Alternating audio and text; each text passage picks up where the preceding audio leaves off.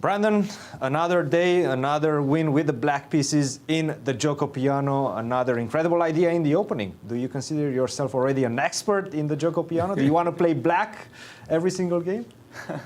Well, I think I just got lucky that my opponents played lines, specific move orders that allowed these ideas. The main way of playing with rook e1 and h3 doesn't really allow any interesting ideas, and you kind of just have to go rook e8, bishop e6, and play something normal.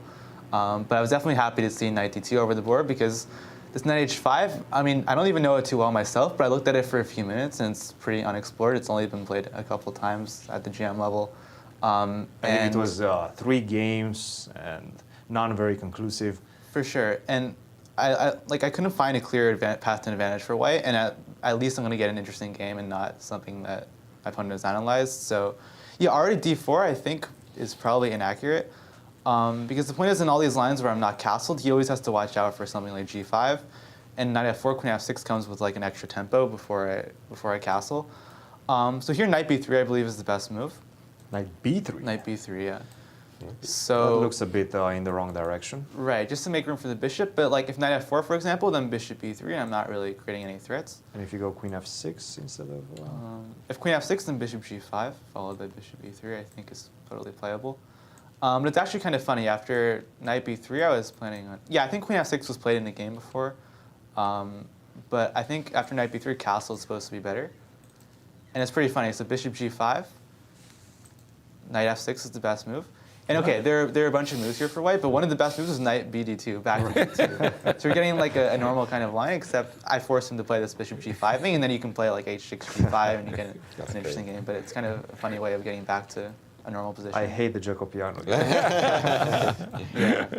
My hatred has been confirmed as well. So he goes g3, which felt wrong to me, and I have a lot of options here. I mean, I probably spent too much time looking at all this like h5 instead of h6. Queen f6 at the right moment. There are a lot of different options for black, but I figured h6 knight g5 was like the most principled. And here you spent a lot of time on this move queen f6. Yeah, for sure. So what was the reason for that? So okay, I want to take on d4, of course, and then he has this knight f5, which is what I actually missed from a few moves before, and it actually gets very dangerous for me. I think perhaps I can play something like g6 here, and I was trying to evaluate this. Then he goes knight takes d4. I can go knight back to h3.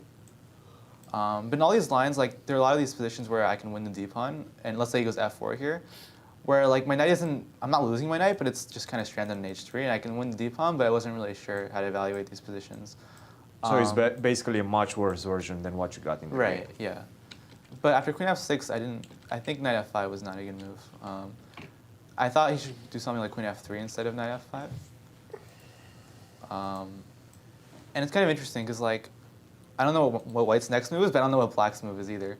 Like if you go bishop h3 and castle long, you can already start going b4, for example. Mm-hmm. And another interesting line is bishop, let's say rook e1 here. Bishop h3, rook e1. I probably wasn't going to go bishop h3 because knight g6 now. And then I think knight f5 was pretty scary. Do you have any crazy ideas like g5 instead of knight g6 back? Probably not. Yeah, so I was probably going to go knight g6 immediately just so my bishop doesn't get stranded on h3.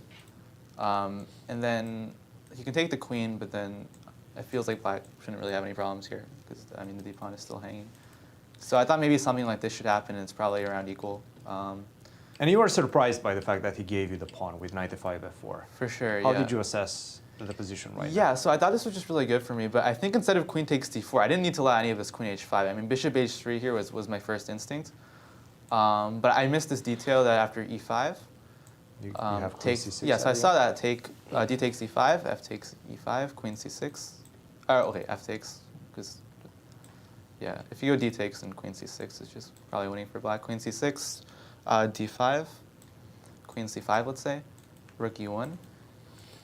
Yeah, and let's say like I wanted to castle long here, and then I thought, okay, queen h5, and then it's unclear, and I ended my line here, but I missed bishop g2, which I realized as soon as I moved. That in the end of all this, I have bishop g2. Ooh, that's nice. Yeah. Nasty. And if he doesn't go queen h5, then I think his position just sort of falls apart because rook takes d5 is a threat, and then this should just be winning. So bishop h3 kind of just avoids all this queen h5 stuff everywhere, and then I'm probably getting a better version of the game. But okay, I think what I did was good enough. But it got really interesting around here. So queen f6 is a mistake, really. What is the move then instead? I think it was That bishop surprises me. d7. I think bishop d7 was what Then knight computer f3? was recommending. Oh, sorry, not knight f3 here. Bishop d7. What was the problem? I think queen f6 is good enough to maintain a Maybe. slight advantage. Okay. It's not that bad. Yeah, I guess I was afraid of. I don't know what I was afraid of there, but okay. Queen f6, knight f3. Yeah, Knight so, d7 was very important, actually. right. Yeah, because otherwise it's f5 is coming. But okay, instead of f5, there was this interesting move bishop d2, which I think he should have played. And here I was trying to calculate all these lines. Bishop d2 instead of f5. Instead of Oops. f5. Sorry. Apologies. Yeah, and then I go queen g6.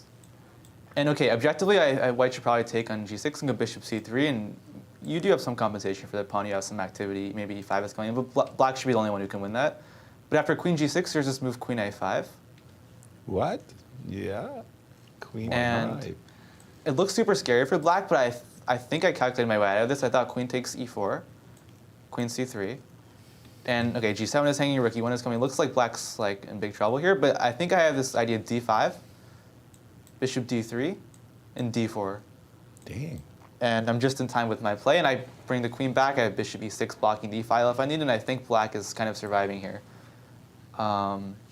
So I'm pretty sure this was correct, but so I guess he should go bishop e2 and then queen takes g6 and try to draw that endgame somehow.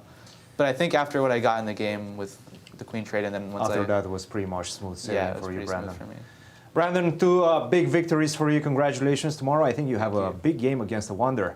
How are I you think going to... Andrew Hong. Andrew Hong, Yeah. okay. How are you going to get ready for that one? We're actually good friends. We know a lot of each other's openings, so it's going to be tough, like, to find something that we haven't talked about before. But well, yeah, I'll see what I can come up with tonight.